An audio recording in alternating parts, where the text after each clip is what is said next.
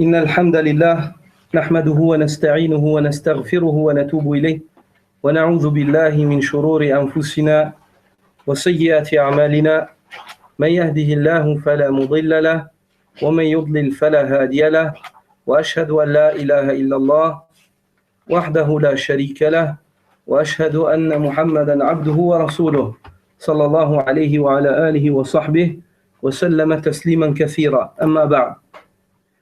On continue avec notre série de cours autour de certaines règles des gens de la Sunna, Ahl Sunna wal Jama'a, autour de la croyance. Et nous avons étudié dans le cours précédent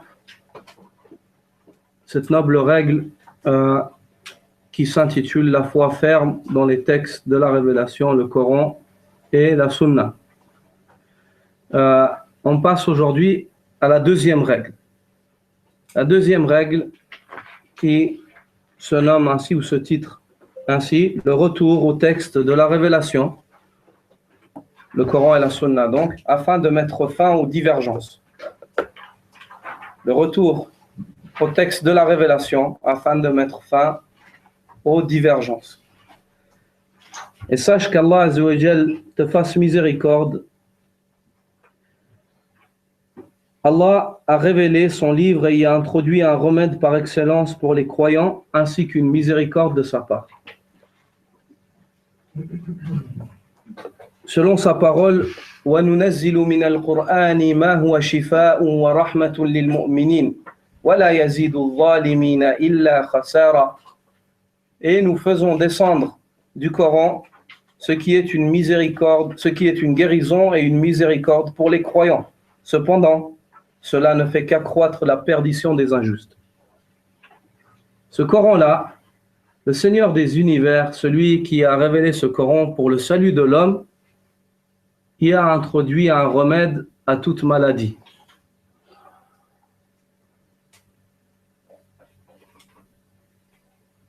Pour qui? Pour ceux qui croient en ce message et qui s'y soumettent. Tandis que ceux qui se montrent injustes en tournant le dos au rappel d'Allah subhanahu wa ta'ala, ainsi qu'aux arguments évidents, ce Coran-là ne fera qu'accroître leur perdition. Pourquoi? Car ils se sont montrés injustes, ils n'ont pas accepté, ils ont refusé la vérité, ils ont tourné le dos à celle-ci après qu'elle leur soit devenue claire. Et Allah subhanahu wa ta'ala, au sein de ce Coran, il nous ordonna l'union, tout en nous interdisant son contraire, qui est la divergence. Et le fait d'ordonner une chose tout en interdisant son contraire démontre l'importance capitale de celle-ci, ainsi que le danger de son omission. Inch'Allah, je demanderai aux frères de mettre les téléphones sous silencieux sans vibreur.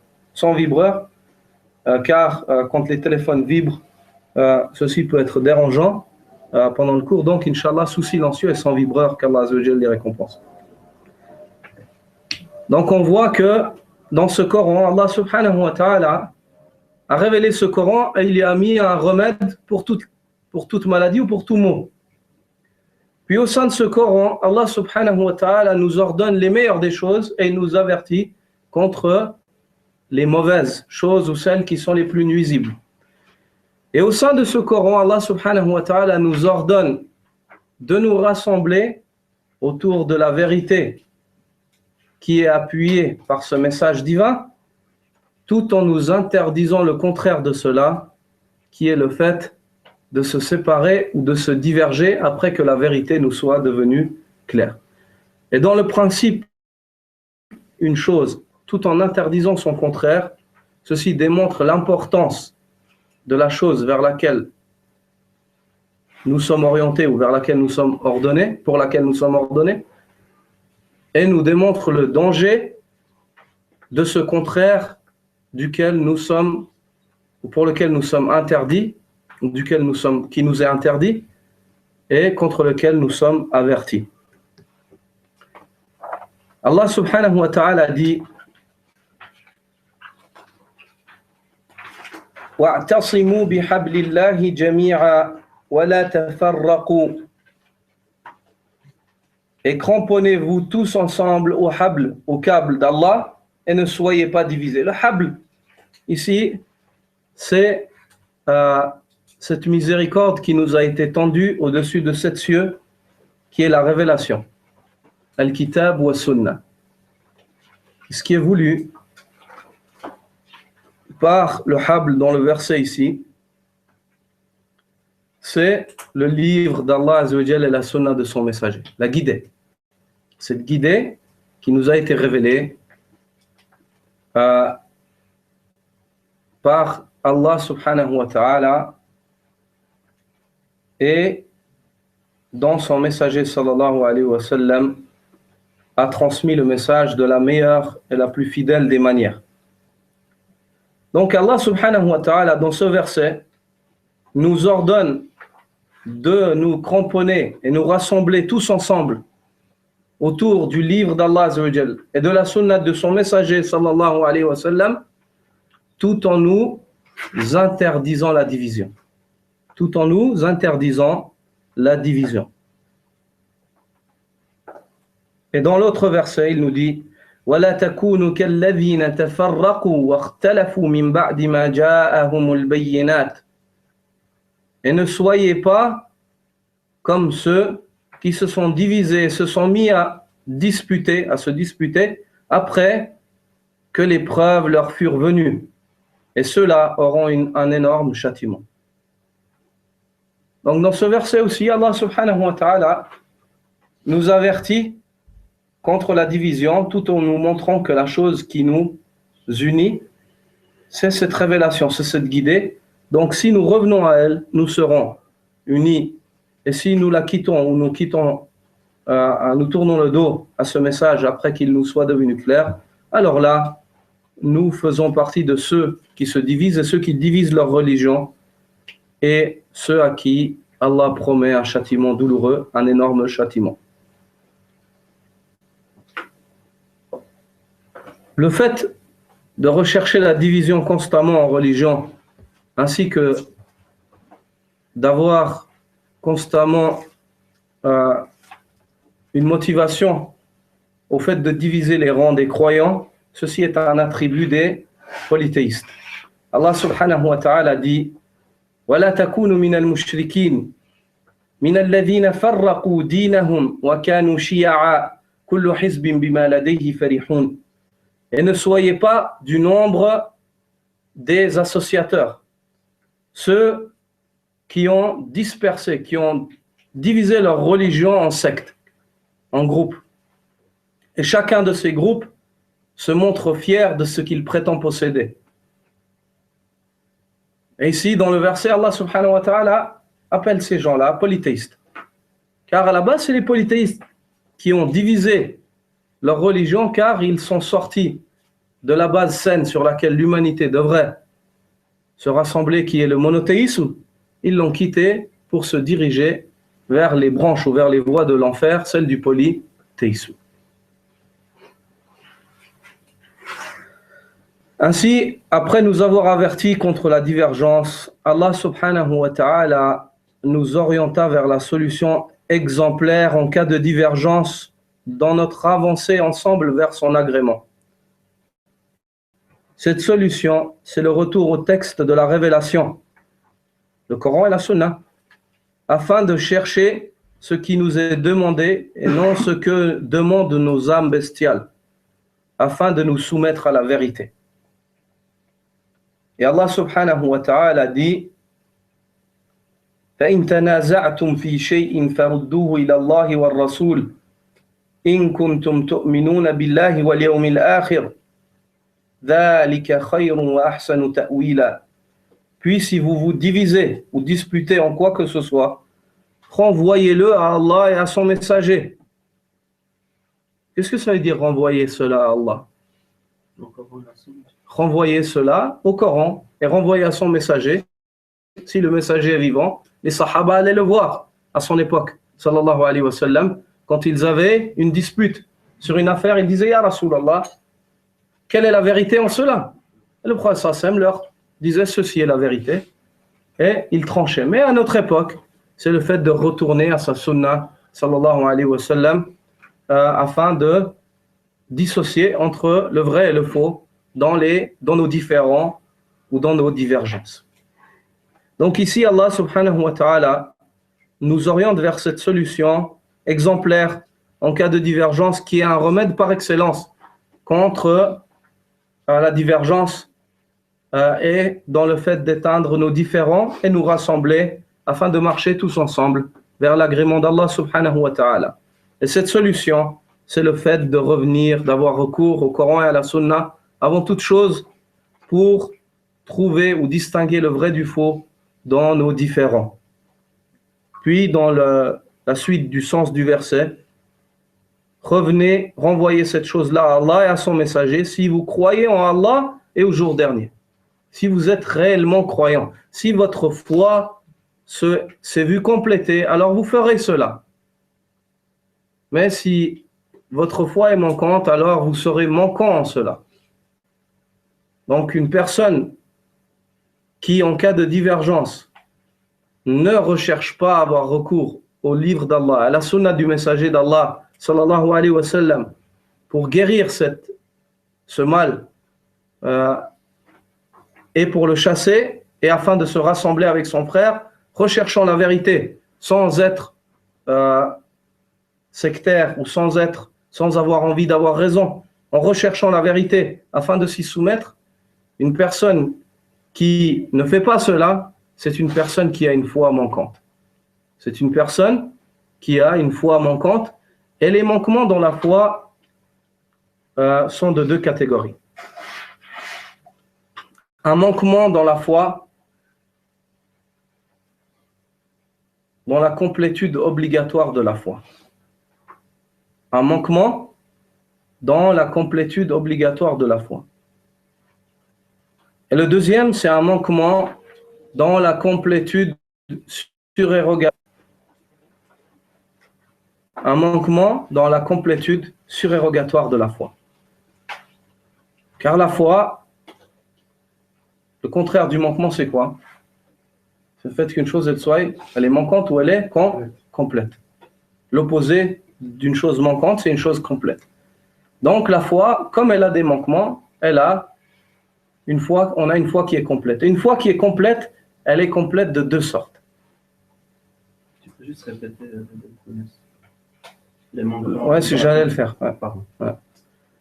Une complétude obligatoire et une complétude surérogatoire. Tu peux avoir un manquement dans la partie obligatoire de ta foi et un manquement dans la partie surérogatoire de ta foi.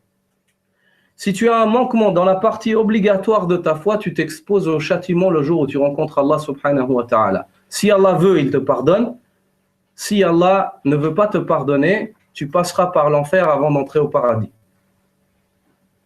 Si tu as un manquement dans la partie surérogatoire de ta foi, là, tu ne t'exposes pas au châtiment d'Allah Azza wa Jal, mais tu ne seras pas dans les mêmes degrés que ceux qui ont complété cette partie-là au paradis. Et tu ne jouiras pas de ce qu'ils jouiront, bien que chacun d'entre vous jouira du paradis d'Allah Azza wa Jal, ainsi que de sa miséricorde large, mais tu ne seras pas dans les mêmes degrés que ceux qui ont complété leur foi d'une manière surérogatoire après l'avoir réalisé sa complétude obligatoire. Et ici, dans ce verset-là, quand on vient de dire, car ici Allah subhanahu wa ta'ala dit, dans le sens du verset, si vous croyez, c'est une condition, ça veut dire, si vous croyez en Allah et au jour dernier. Faites cela si vous croyez. Ça veut dire, celui qui ne fait pas cela, si on prend le verset d'une manière explicite, certaines personnes peuvent dire, alors celui qui ne revient pas au Coran, qui n'a pas recours au Coran et à la Sunna, en cas de divergence, il ne croit pas en Allah au jour dernier. Ce qui est voulu ici, c'est si vous êtes réellement, pleinement croyant en Allah au jour dernier. C'est le téléphone de qui vibre comme ça? Hein? Il y a un téléphone qui vibre encore. Je demanderai à tout frère de d'enlever le vibreur de son téléphone, c'est gênant. Voilà.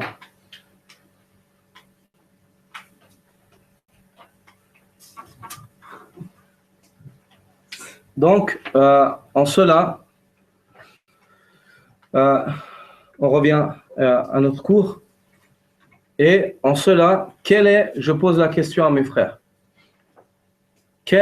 dans quelle catégorie, quelle complétude de la foi a manqué celui qui n'a pas recours au Coran et à la Sunna en cas de divergence? Est-ce qu'il a manqué une partie surérogatoire ou une partie obligatoire? Obligatoire. Obligatoire.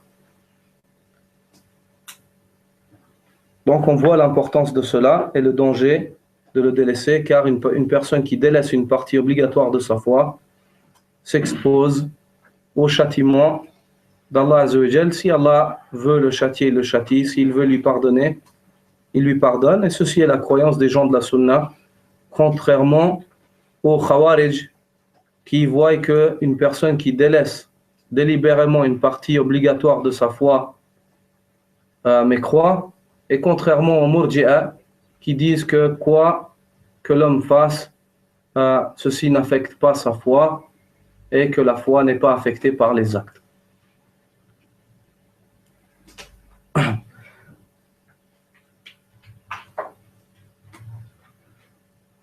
Puis, dans la suite du verset, Allah subhanahu wa ta'ala recommande de nouveau aux croyants en les informant que le fait qu'ils reviennent en cas de divergence au Coran et la Sunna, cela est bien mieux et d'une meilleure interprétation.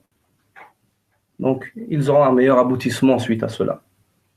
Et on voit le problème aujourd'hui dans la réalité des choses. Beaucoup de personnes reviennent en fait à la politique, reviennent à la philosophie, reviennent aux paroles d'un X, un tel, un penseur, libre penseur. Mais très peu d'entre eux reviennent au Coran et à la Sunna. Parmi les musulmans, je pense, ceux qui ont foi en ces, car une personne qui n'a pas foi au Coran et à la Sunna, tu ne peux pas lui dire reviens au Coran et à la Sunna pour expliquer. Il faut lui dire déjà, lui expliquer qui est son Seigneur et lui expliquer ce qu'est en réalité le Coran et la Sunna. Mais une personne qui a foi à la base au Coran et à la Sunna,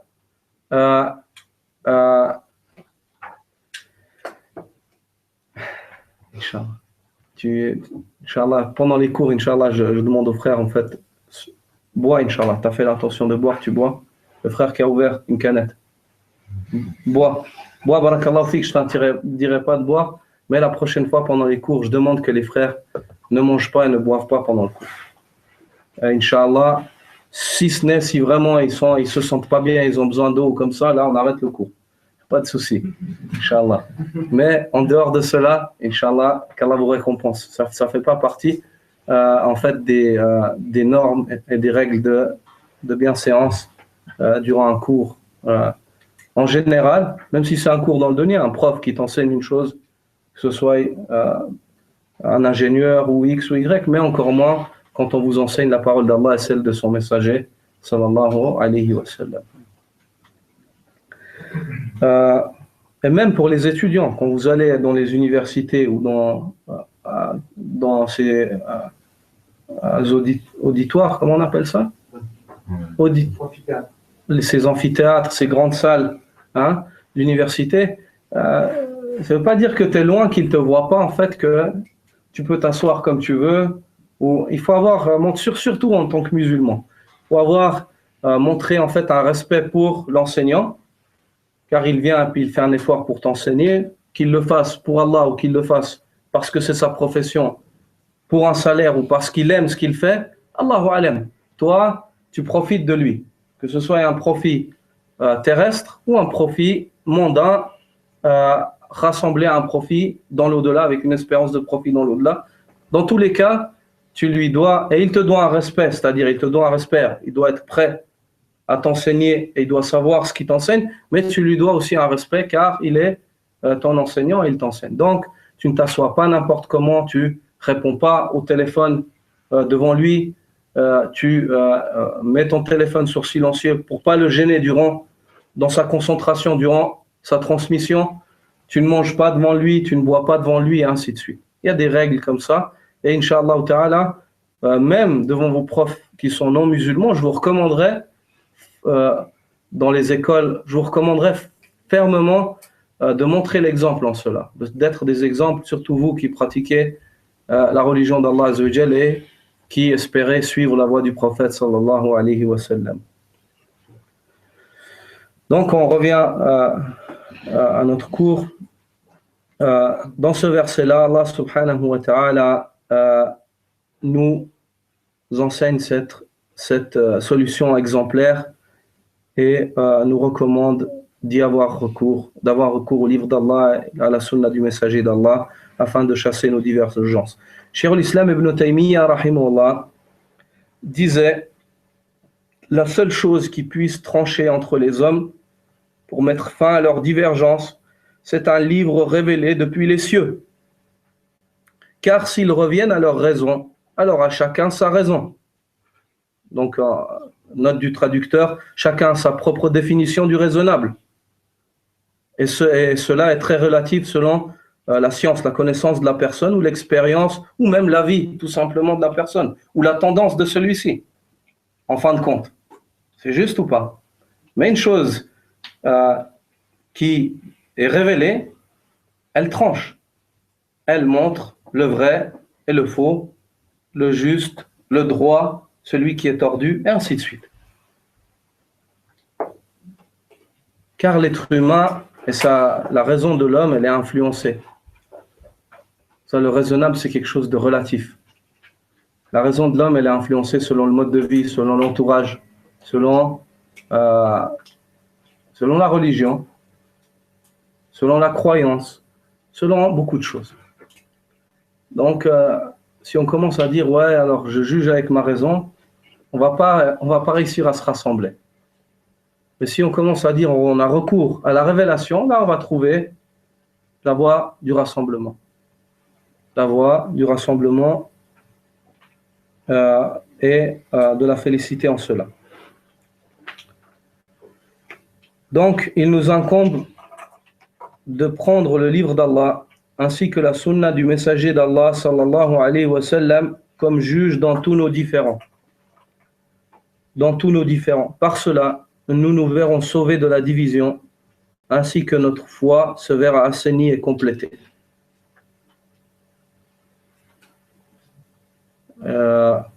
Dans tous nos différends, je veux dire non seulement dans nos différends dans le fiqh en tant que dans la jurisprudence, dans la prière, non, dans tous nos différends, dans un commerce, dans une dette, dans un divorce, dans toute chose. Tu veux savoir le juste du faux, alors on revient, toi et moi, à ce que Allah Azza wa Jal et son messager sallallahu alayhi wa sallam, celui qui ne parle pas de sa propre raison, si ce n'est qu'une révélation lui descend de la part de son Seigneur, à nous de revenir à ces deux sources bénites et d'y avoir recours afin de trouver le juste et de nous éloigner du faux. Et par cela, nous aurons complété notre foi et nous aurons trouvé la voie du rassemblement. Allah subhanahu wa ta'ala, l'argument à cela, la parole d'Allah azza wa jal, فَلَا وَرَبِّكَ لَا يُؤْمِنُونَ حَتَّى يُحَكِّمُوكَ فِي مَا شَجَرَ بَيْنَهُمْ ثُمَّ لَا يَجِدُوا فِي أَنفُسِهِمْ حَرَجًا مِمَّا قَضَيْتَ وَيُسَلِّمُوا تَسْلِيمًا. Non, par ton Seigneur, ils ne seront pas croyants. Ici, il y a une note que le traducteur a rajoutée, d'une foi complète. Ils ne seront pas croyants d'une croyance ou d'une foi complète. Bien de noter cela. Souvent, on trouve que dans les Corans, il n'y a pas d'annotation. Dans les Corans traduits, il n'y a pas d'annotation à ce sujet. C'est très dommage.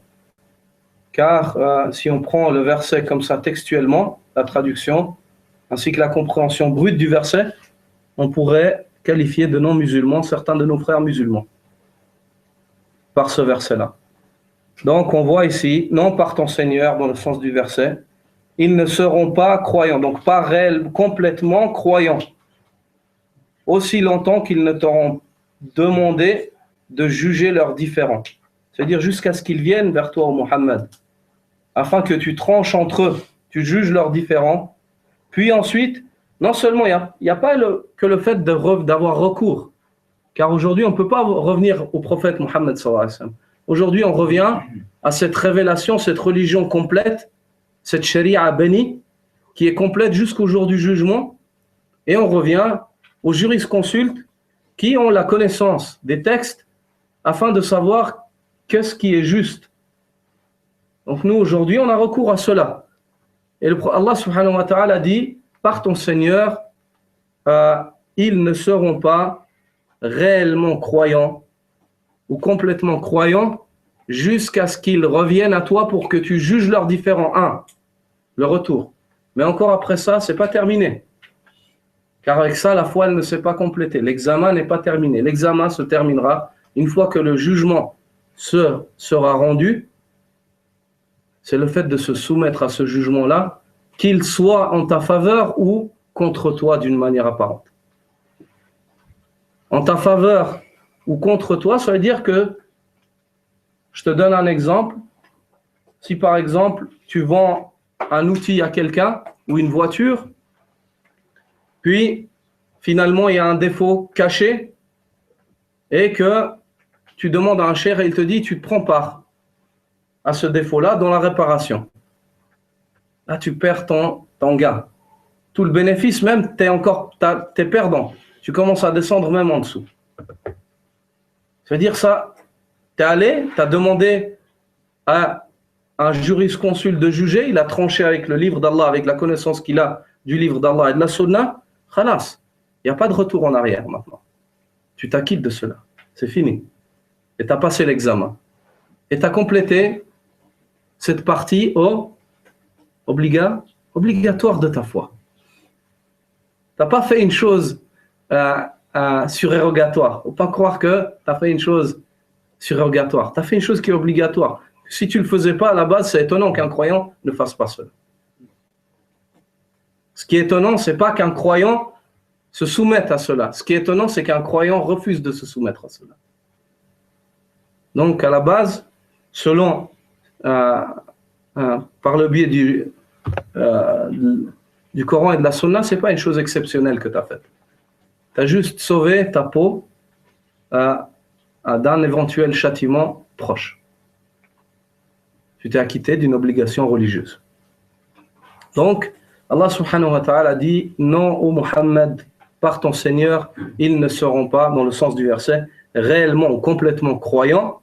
Leur foi ne se verra pas complétée jusqu'à ce qu'ils te prennent comme juge dans leurs différends, puis ensuite qu'ils n'éprouvent aucune nulle angoisse pour ce que tu as décidé. C'est-à-dire, tu as décidé, leurs cœurs sont apaisés, alhamdulillah. Et qu'ils se soumettent complètement à ta sentence, c'est-à-dire qu'ils l'appliquent.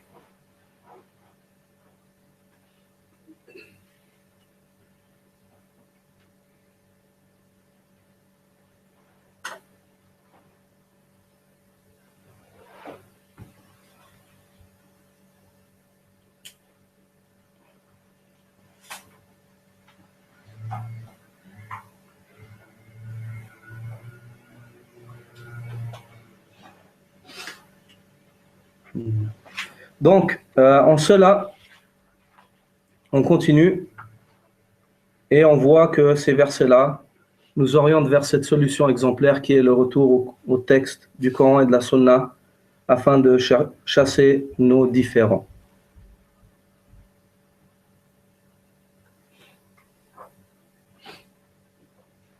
Et dans ce verset précédent que nous venons de mentionner, Allah subhanahu wa ta'ala dit,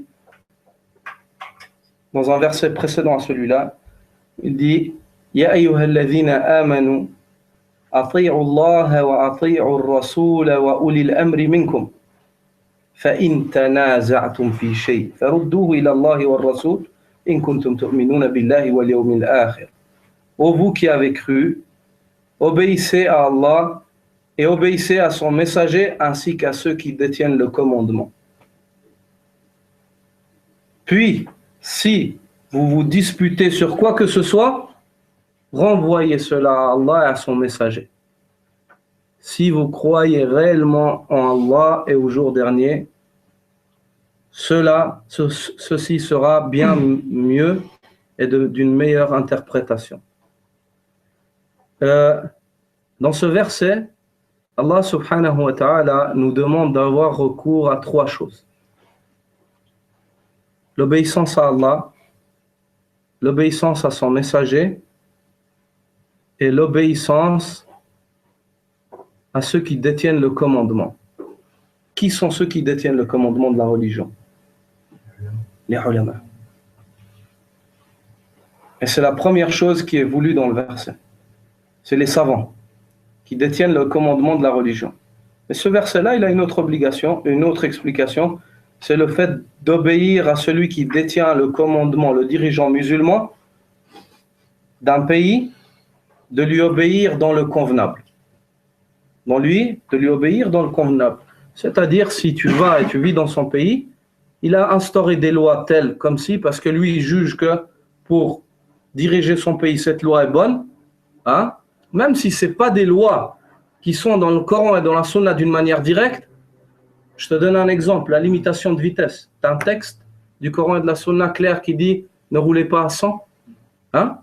Non. Mais il y a des textes où Allah Azza wa Jalla dit ne vous tuez pas vous-même. Il y a une règle dans la charia qui dit la darar wa la dirar. Ni tu fais du mal, ni on t'en causera. Et sur des textes généraux comme ça, certains savants s'appuient et ils disent que toutes ces règles de précaution sont des règles qui sont bonnes en religion, elles sont louables dans la religion d'Allah. Et si ce dirigeant-là a décidé que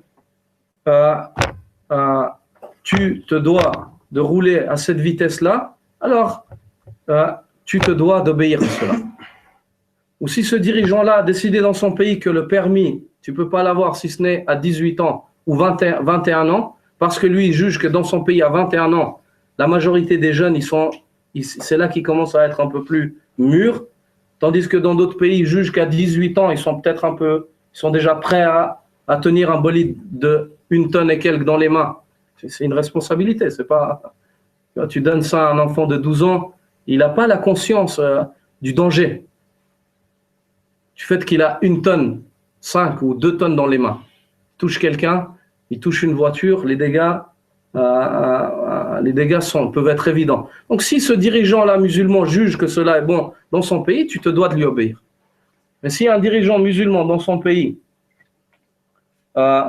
il te commande une chose qui contredit la parole d'Allah Azza wa Jal ou celle de son messager, tu n'obéis à personne en cela.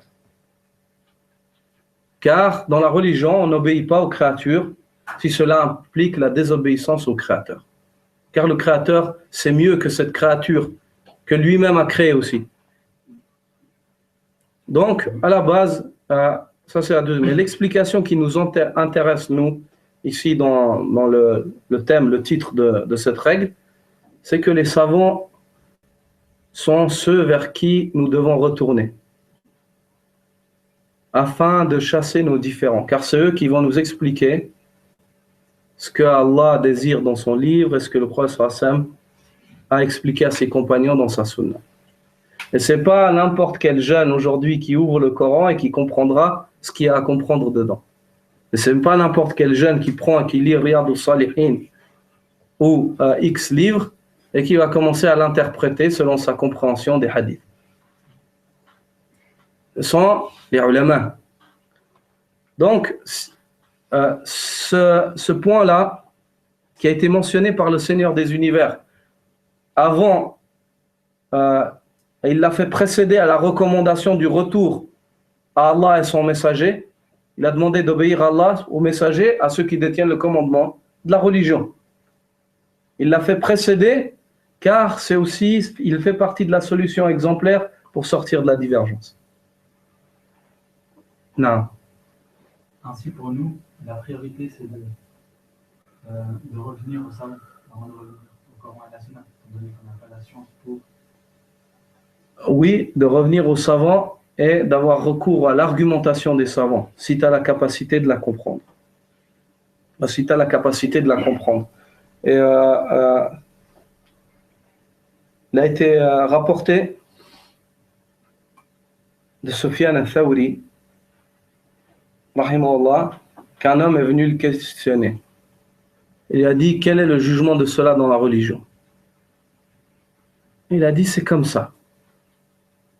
Il a dit, c'est comme ça, et je dis quoi, Yawm al-Qiyamah, moi, tu vois.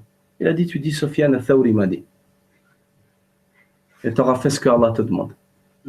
C'est de demander à Ahlul Dhikr in kuntum la ta'lamun.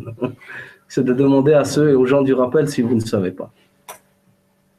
Donc, à la base, une personne, il n'y a pas toute personne non plus qui a la capacité de comprendre les arguments. Mais les ulama, en général, ils donnent les arguments. Après, il se peut qu'ils ne détaillent pas dans toute réponse, car suivant le lieu ou suivant la personne, l'interlocuteur avec qui il parle, c'est pour ça que nous, on a dit, ces cours-là qu'on est en train de donner, ce n'est pas un cours qu'on va faire dans la mosquée. Ce n'est pas parce qu'on a des choses à cacher, c'est parce qu'en 15 minutes, la moitié des personnes présentes, ils seraient en train de dormir ou ils partiraient. Ce qu'ils ne peuvent pas, c'est peut-être, c'est des choses où c'est un peu plus technique ou un peu plus profond que ce que la masse générale des gens en fait entendent et comprennent. En fait. On pourrait faire ce cours-là, ce thème-là, on pourrait le développer, mais d'une manière beaucoup plus simple en fait, pour eux, sans détailler de cette manière et rester très général en fait dans le discours. Ouais.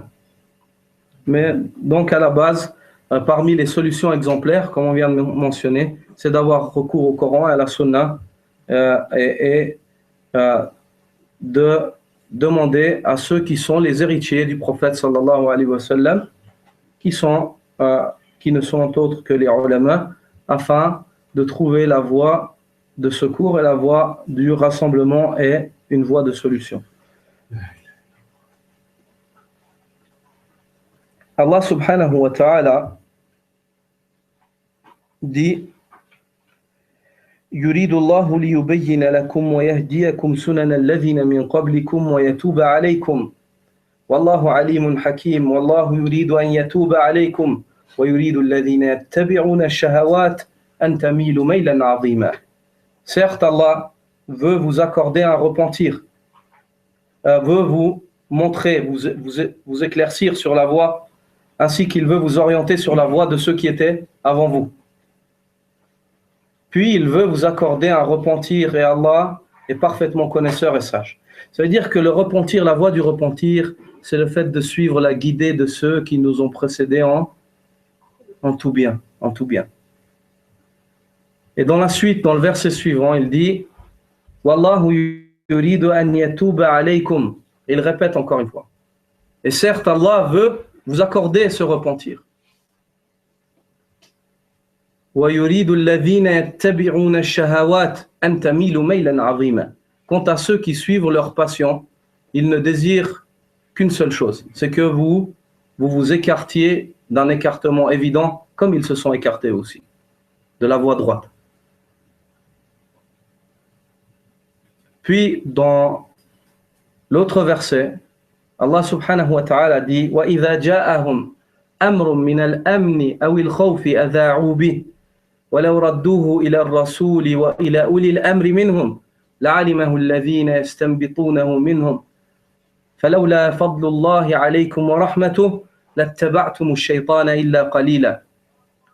Puis quand il leur parvient une annonce de sécurité ou bien de crainte, ils s'empressent de la répandre chez les gens. T'as vu ce qui se passe? T'as vu ce qui s'est passé là-bas? T'as vu ce qui se passe ici? Et Allah dit, mais si cette nouvelle-là, il l'aurait renvoyée aux messagers ou à ceux qui détiennent le commandement parmi eux. Qui sont ceux-là? Les ulama. S'ils auraient fait cela, si cette nouvelle qui leur vient, au lieu de la répandre, de se la transmettre les uns aux autres, t'as vu ce qui se passe là, ils seraient d'abord allés demander aux ulama, à Rasulullah sallallahu alayhi wa sallam à cette époque, mais à notre époque, à ceux qui sont les héritiers du messager sallallahu alayhi wa sallam, aux ulama, s'ils seraient revenus vers ces ulama pour leur dire quel est le statut de cela, quelle est la solution à cela, que dit la religion autour de cela, Regardez ce qu'Allah dit. Et وَإِلَى أُولِي الْأَمْرِ مِنْهُمْ لَعَلِمَهُ الَّذِينَ يَسْتَنبِطُونَهُ مِنْهُمْ. Ceux qui cherchaient parmi eux à tirer des règles, à tirer des conclusions de cette affaire, ils auraient su la vraie vérité. Ils auraient su quelle est la vraie conclusion et la bonne conclusion de cela. وَلَوْلَا فَضْلُ اللَّهِ عَلَيْكُمْ. Et si ce n'était les faveurs d'Allah ou la faveur d'Allah sur vous, وَرَحْمَتُهُ, ainsi que sa pleine miséricorde, لَاتَّبَعْتُمُ الشَّيْطَانَ إِلَّا قَلِيلًا. Vous auriez tous suivi le diable dans ses conclusions vis-à-vis de ce qui se passe. Vous aurez tous suivi le diable, si ce n'est une petite partie d'entre vous. Vous comprenez ça? Est-ce que c'est clair pour les frères? Est-ce que c'est clair? Oui. Hein? Ça veut dire que tout ce qui se passe aujourd'hui, on a des exemples. Regarde ce qui se passe là-bas, en Irak, en Syrie. Qu'est-ce qui se passe au Yémen? Ils vont et ils se questionnent et ils se répondent les uns les autres. Très peu d'entre eux prennent le téléphone ou demandent à quelqu'un d'aller questionner les héritiers du prophète sallallahu alayhi wa sallam. Les ulama. Hein?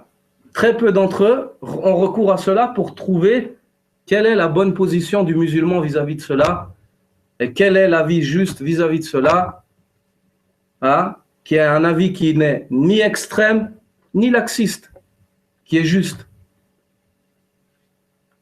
Très peu d'entre eux font cela. Et ceux qui n'ont pas recours à cela, s'exposent au fait de suivre le shaitan et au fait d'être menés par le diable là où il veut les mener. Et le diable désire mener les fils d'Adam à l'enfer, là où il est voué lui-même pour l'éternité. Les versets sont clairs, évidents. Les versets sont clairs et évidents autour de cela. On trouve qu'aujourd'hui, souvent, la source de divergence chez les musulmans, c'est ou bien qu'ils ne reviennent pas au Coran et à la Sunna, mais ils reviennent à leur raison. Hein? Et la plupart d'entre eux, c'est qu'ils ne savent très peu ou pas du tout du Coran et de la Sunna. Tu ne peux pas leur tenir pour compte. Mais au moins, quand tu ne sais pas, tu dis « je ne sais pas ». Et Allah t'enseignera, et ceci est la moitié de la science. Ou bien, la deuxième raison, c'est que souvent, il se peut qu'ils connaissent quelque chose du Coran et de la Sunna, mais ils l'interprètent comme ils le comprennent eux. Et sous l'influence de ce qu'ils voient et des émotions. Donc là, ceux-là, on leur dit, viens, assieds-toi et reviens chez ceux vers lesquels Allah subhanahu wa ta'ala nous ordonne dans son livre d'une manière évidente de nous tourner afin de connaître qu'est-ce qu'on tire du verset et qu'est-ce qu'on tire du hadith et comment est-ce qu'on applique le verset et le hadith ainsi que quelle est la vérité en cela, les savants. Et on trouve que le problème dans la communauté aujourd'hui réside en cela car la communauté ne revient pas à cela et que les prêcheurs et les imams et les mouvements islamiques aujourd'hui ne prêchent pas cela. Ou dû à leur ignorance, ou dû au fait que s'ils prêchent cela, ceci implique que beaucoup d'entre eux, lorsque les musulmans auront recours à ces sources et à ces voies de rassemblement, beaucoup de musulmans démasqueront ces gens-là et ils verront qui sont ces gens-là dans la réalité en fait. Donc la meilleure manière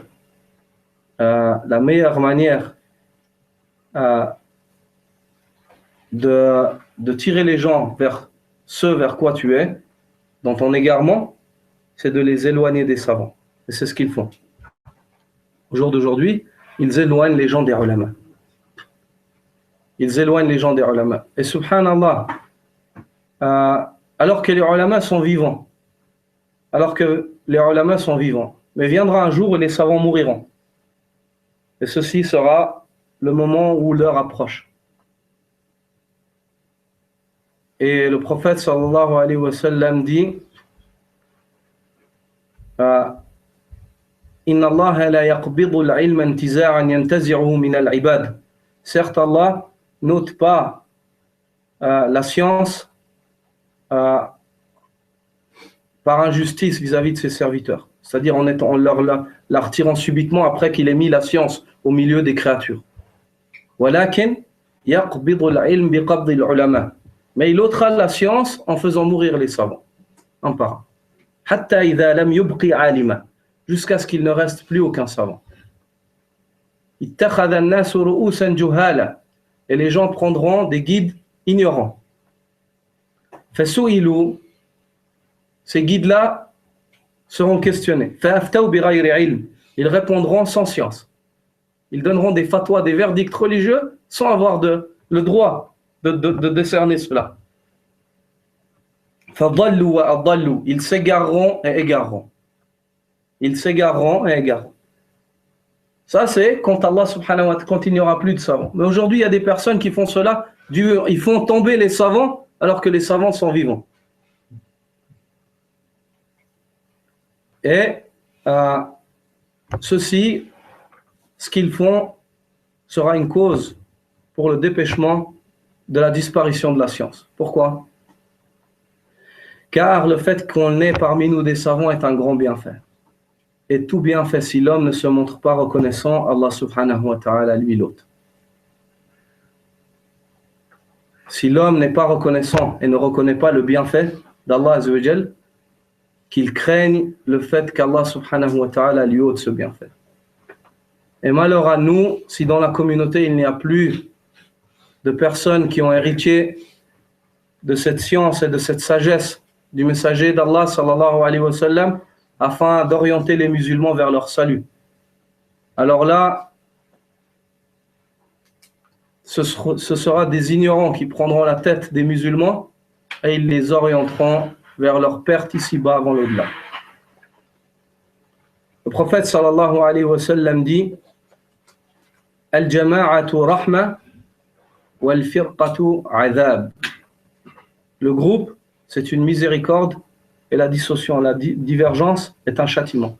On trouve aujourd'hui des gens qui disent le contraire, dans un hadith qui est inventé. Un hadith inventé, où ils disent la divergence de ma communauté est une miséricorde. Alors qu'on trouve que les compagnons du prophète sallallahu alayhi wa sallam, et parmi eux Abdullah ibn Mas'ud, refusaient cela. Et il disait que la divergence dans la communauté du prophète sallallahu alayhi wa sallam, c'est un châtiment. C'est un châtiment. En se basant sur cette parole du messager d'Allah sallallahu alayhi wa sallam. Et le prophète sallallahu alayhi wa sallam dit, ou dans un récit qui est rapporté par At-Tirmidhi, selon Abdullah ibn Omar, qui dit: La tajtami'u hadhihi al-umma ala dalalatin abada. Cette communauté ne se rassemblera jamais dans l'égarement. Jamais. Et Abdullah ibn Omar, cette parole, elle lui est attribuée, mais il informe d'un jugement religieux qui est très lourd. Ça veut dire qu'il refuse que la communauté elle puisse se rassembler dans l'égarement. Ça veut dire que cette parole, même si c'est Abdullah ibn Omar qui l'a dit, on l'attribue à qui? Au prophète sallallahu alayhi wa sallam. Elle est attribuée au prophète sallallahu alayhi wa sallam. Ça veut dire cette communauté, elle ne se rassemblera jamais, jamais dans l'égarement. Ici, il y a deux choses à tirer. La première, c'est que cette communauté, elle ne se rassemblera pas dans l'égarement, et le hadith est clair. Ça veut dire que s'ils se rassemblent dans l'égarement, ceci ne leur sera pas compté comme rassemblement auprès d'Allah azza wa jalla. Le fait de se rassembler, c'est un acte d'adoration ou pas? Hein? Donc il ne sera pas accepté d'eux. Ils n'auront pas la récompense du rassemblement. Et ici, avec cela, on voit l'égarement de ceux qui prétendent qu'il nous est permis de faire des innovations pour rassembler les cœurs. Ou bien de faire certains haram pour rassembler les cœurs. Et nous disons à ces personnes-là, tu n'auras jamais la récompense de cela le jour où tu rencontres Allah subhanahu wa ta'ala. Car tu as voulu rassembler la communauté de Mohammed sallallahu alayhi wa sallam dans le péché. De deux, on comprend par ce hadith que bien que on puisse voir certaines personnes qui ont l'air d'être rassemblées autour de l'égarement, et ils ont l'air d'être une seule main, et tu dis, Masha'Allah, ils sont beaucoup, ils sont ensemble, que ceci n'est pas un rassemblement. Viendra le jour où ils se diviseront. Fût-il ici-bas, et vous avez vu cela, vous avez vu cela vous-même, dans certains pays où il y a des guerres. Ils étaient au début 2, 3, 4 groupes, allez, on est tous ensemble, on lutte ensemble, tout d'un coup ils ont commencé à se tirer dessus. Hein? Pourquoi? Car ils se sont rassemblés dans le faux, dans l'égarement. Ou bien, cette séparation, si elle ne se fait pas ici-bas, elle se fera dans l'au-delà. Et Allah Azza wa Jal dit Al-akhillau yawma idhin ba'duhum li ba'din adu illa al-muttaqin. Et les âmes amies seront ce jour-là tous ennemis les uns des autres, si ce n'est les pieux.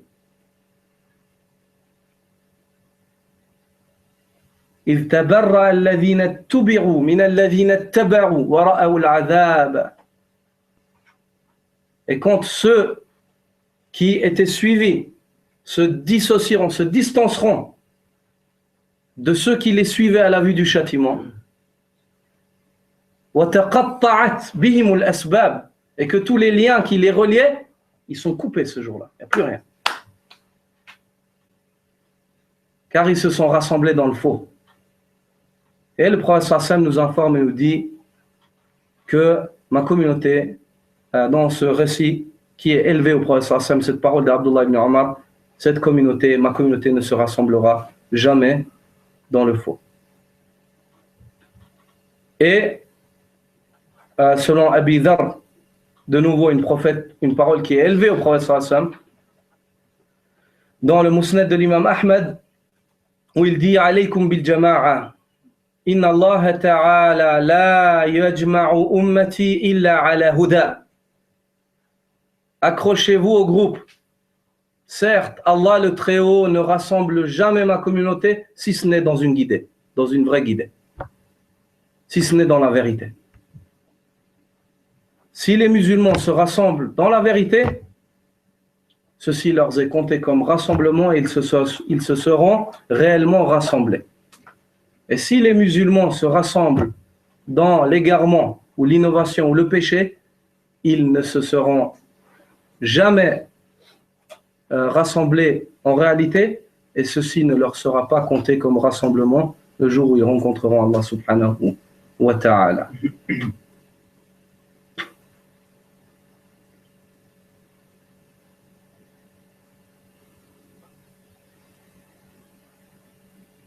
Et on vient de voir avant le verset où Allah subhanahu wa ta'ala dit وَاعْتَصِمُوا بِحَبْلِ اللَّهِ جَمِيعًا وَلَا تَفَرَّقُوا. Et cramponnez-vous tous ensemble au habl d'Allah Azza wa Jal, qui est le Coran et la Sunna, et ne vous dispersez pas.